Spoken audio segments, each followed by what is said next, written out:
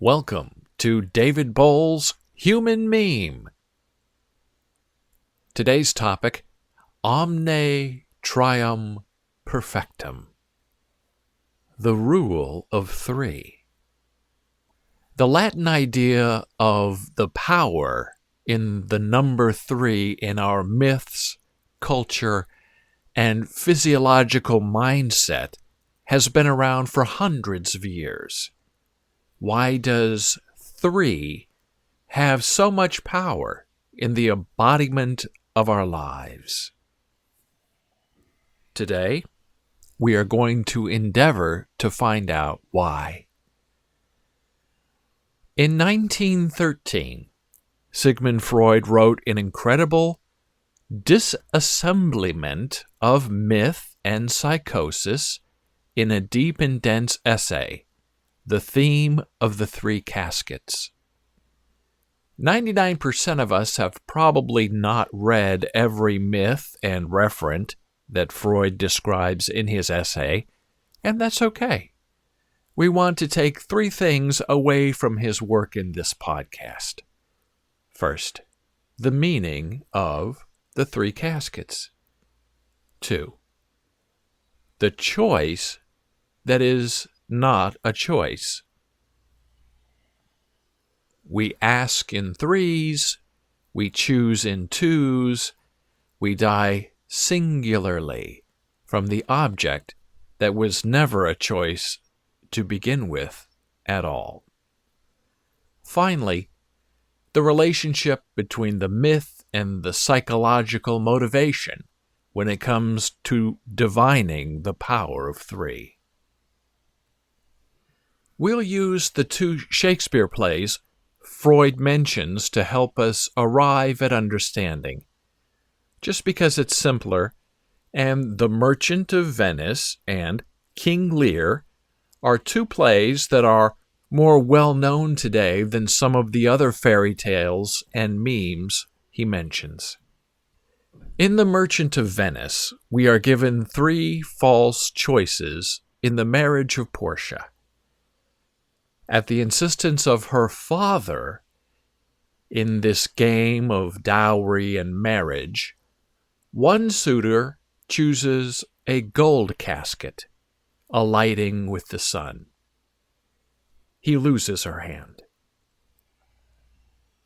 The next suitor chooses the silver casket, dimming with the moon, and he too loses. Finally, the man Portia wants to marry chooses the casket that those before him disdained because it was not fancy or inherently value-worthy. The lead casket.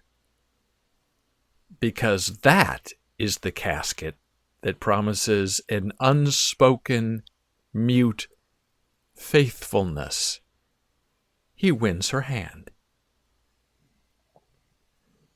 The value is not in the metal, but in the choice. In King Lear, Freud takes us into the next stealthy depth as we step into a world of 3 sisters, urged by their father, the king, to profess their love for him so they may win a parcel of land in what will become, by his choice, a divided kingdom. King Lear wisely sets himself in the middle of each inherited kingdom in order to keep an uneasy peace and to grind a fine eye on each daughter. 2 daughters, Regan and Goneril, profess their undying but superfluously false love for their father. He is overjoyed by the overindulgence of his ego. When it is Cordelia's turn, and she is the youngest and her father's favorite, she does not lather him up. She promises to merely love him as a daughter must honor a father, and nothing more. Well, the king is outraged that his blessed favorite did not give him the honor he wanted and expected. How dare Cordelia not summon all the compliments and slatherings of the kingdom upon him as her two sisters had already done? Lear, giving her a second chance, urges Cordelia to match the effluence of Regan and Goneril.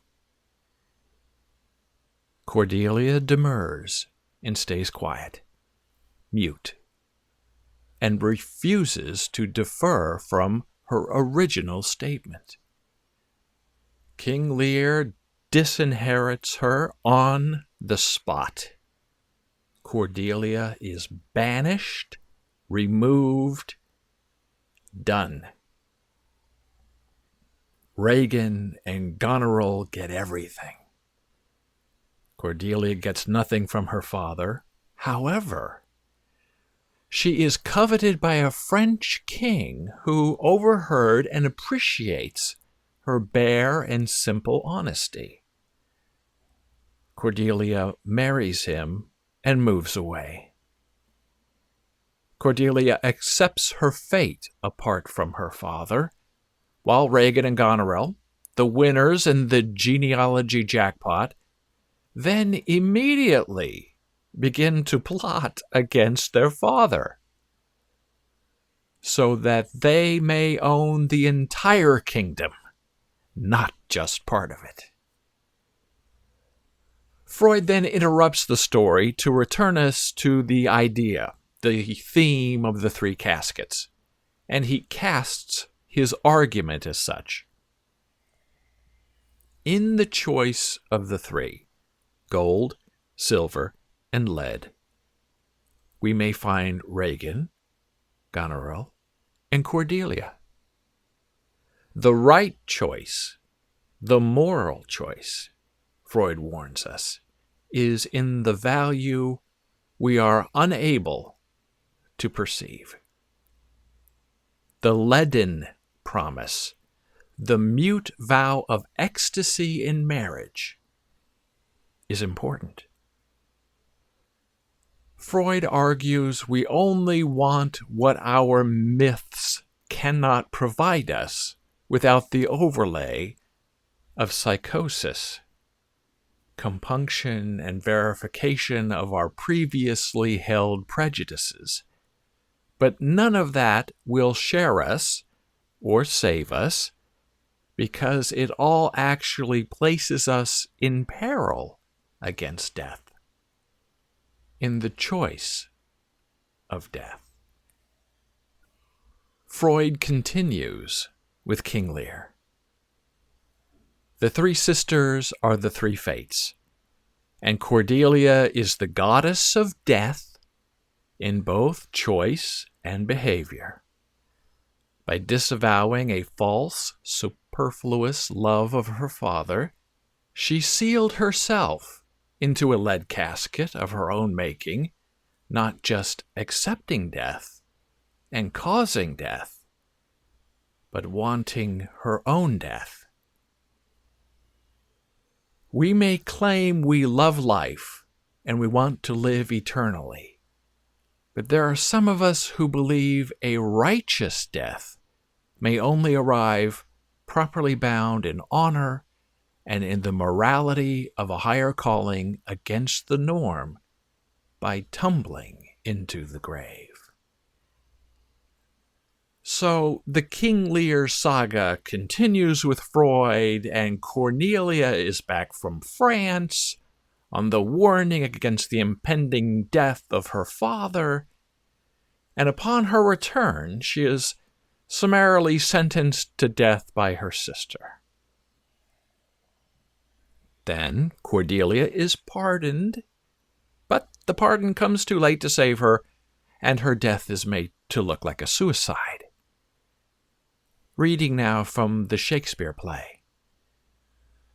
Re-enter King Lear with Cordelia dead in his arms, Edgar, Captain, and the others following. King Lear. Howl, howl, howl, howl! Oh, you are men of stones. Had I your tongues and eyes, I'd use them so that heaven's vault should crack. She's gone forever. I know when one is dead and when one lives.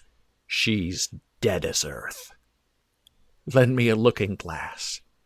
If that her breath will mist or stain the stone, why, then she lives. Lear dies, fraught with anger and fury at the betrayal of his 2 daughters, and the death of his youngest, most valuable daughter, mute and leaden, and yet shining in the grave of his arms. Freud challenges us in this King Lear meme by reminding us that dreams and imagination can transpose the most terrible into the mainly terrific. Death, the inevitability of the end, is recomposed for us by myth and wish fulfillment into what we believe is a free choice. And so, in our minds, we choose to die. Death does not come for us. And in that fallacy of heart against mind, we are able to live a cogent human life by disavowing the most precious in us, the will to live. While Lear carries Cordelia's body, Freud asks us to realize it is really Cordelia who is carrying Lear's corpse throughout the play. For in his betrayal of Cordelia's expressed, plain, simple, mute, undying love, he sealed his own fate with the false riches of his gold and silver daughters, bejeweled caskets of their own making that hid swords and death and bloodshed, all while proclaiming their undying loyalty to a disingenuous father who only wanted more. Lear, exhausted by his own lack of faith, yet still alarmingly and painfully aware of the danger around him, accepts his impending death from choosing the wrong casket, the wrong daughter, the wrong sister, the most imprecious metal binding the goddess of death, who would later be released, banished, to feast upon the corpse of his bad decisions. Unlike most typical Greek tragedies, we share no pity or terror for Shakespeare's Lear, because the man was foolish enough and impure by half to recognize the dismantling of the kingdom he built. In that dismay of his undoing, what was required was a steady hand and an intuitive eye, and he failed brilliantly in that test of fatherhood. The tragedy of King Lear is not in the father, but of the banished, decaying daughter. Now, together we take a step into a more modern dimension while still using King Lear and Shakespeare and Freud among us, influencing our modern theme of threes. In our myths and psychological expressions, we are often faced with three choices, and only one of them is right. And we pick the wrong one, the immoral casket, because we are selfish and undecided and easy to manipulate. Remember back, Portia is the leaden casket in The Merchant of Venice, and Cordelia is the god-forsaken goddess of death in King Lear. Both were caught in a choice that cannot be made, but must be made. That is the conundrum of living. Here are some of the common touchstones in threes that influence us today. I'm sure you can think of many more. The Holy Trinity, Father, Son, Holy Ghost, the third eye, all-seeing. Death comes in threes. The three doors, three little pigs, Goldilocks and the three bears. 3 strikes and you're out. 3 is funnier than 2. The 3 kings, rising on the third day. The 3 Marys. 3 wishes from the lamp. 3 guesses. 2 ugly stepsisters. And then there's Cordelia. I mean, Cinderella. Walt Disney knew his memes and his myths and his vital intentions in storytelling. We have 3 primary colors, red, green, blue. Which one is the death choice? What hue is leaden? The Nina, the Pinta, the Santa Maria haunt us from history. We have the idea of the triple threat, 3 blind mice. 3's company, 2's a crowd. There's a pattern here of discovery and warning, and the fact that so many of these wandering and deathly 3s are embedded in children's fairy tales. Now that clues us into the mortal fact that the more we become aware of the choices we make in life, the greater the chance that we will also begin to understand we are not really making choices at all. Because myth and pedantry are working with predestiny to wager our immortality against the cycle of death. In the unwinding of 3, we might wonder, why not just 2? Freud warns us we always want a third option against a plain right and wrong. We are more than the luck of a flip of a coin. The death possibility is vital in the wagering of human sin.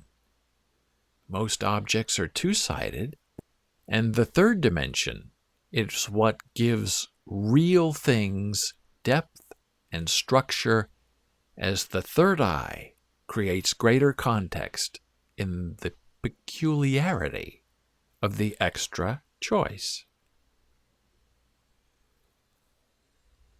Freud wrote the theme of the 3 caskets because his youngest daughter, Anna, 6th in line, and the one child most interested in his work, was fascinating him in her girlhood in ways of the uncanny that he wished to explore.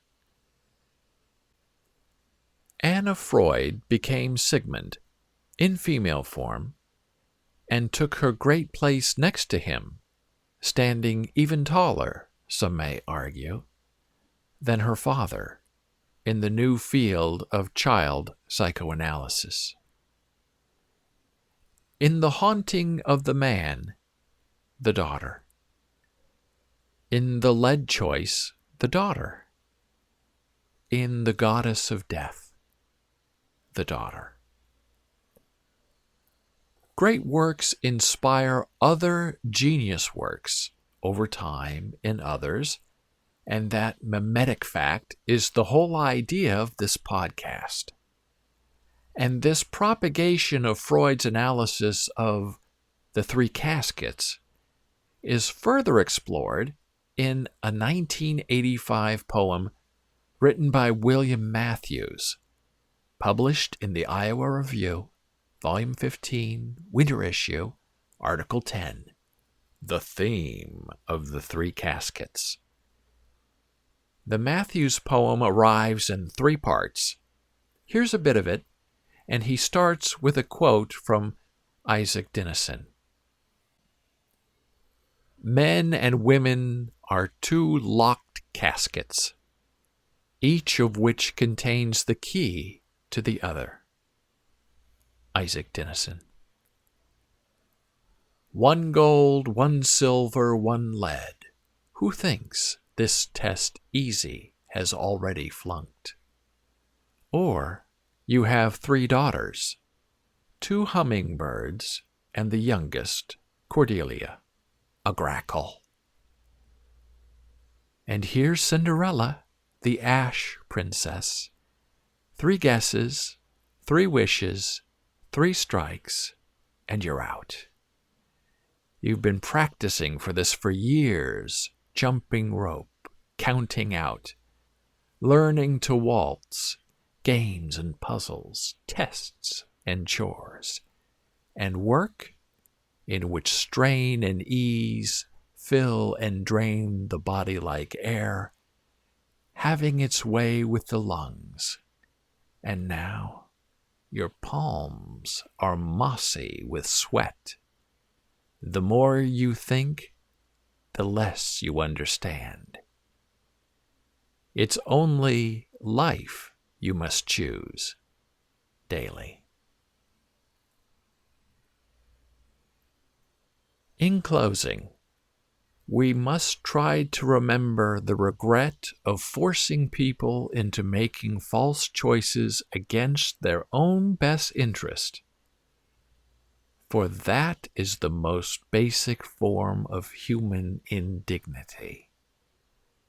And in that reckoning, in the very end, in that utter finality, that false choice ends up killing them as well as you, even though there is no other option available than tempting the goddess of death against the destiny of the lead casket.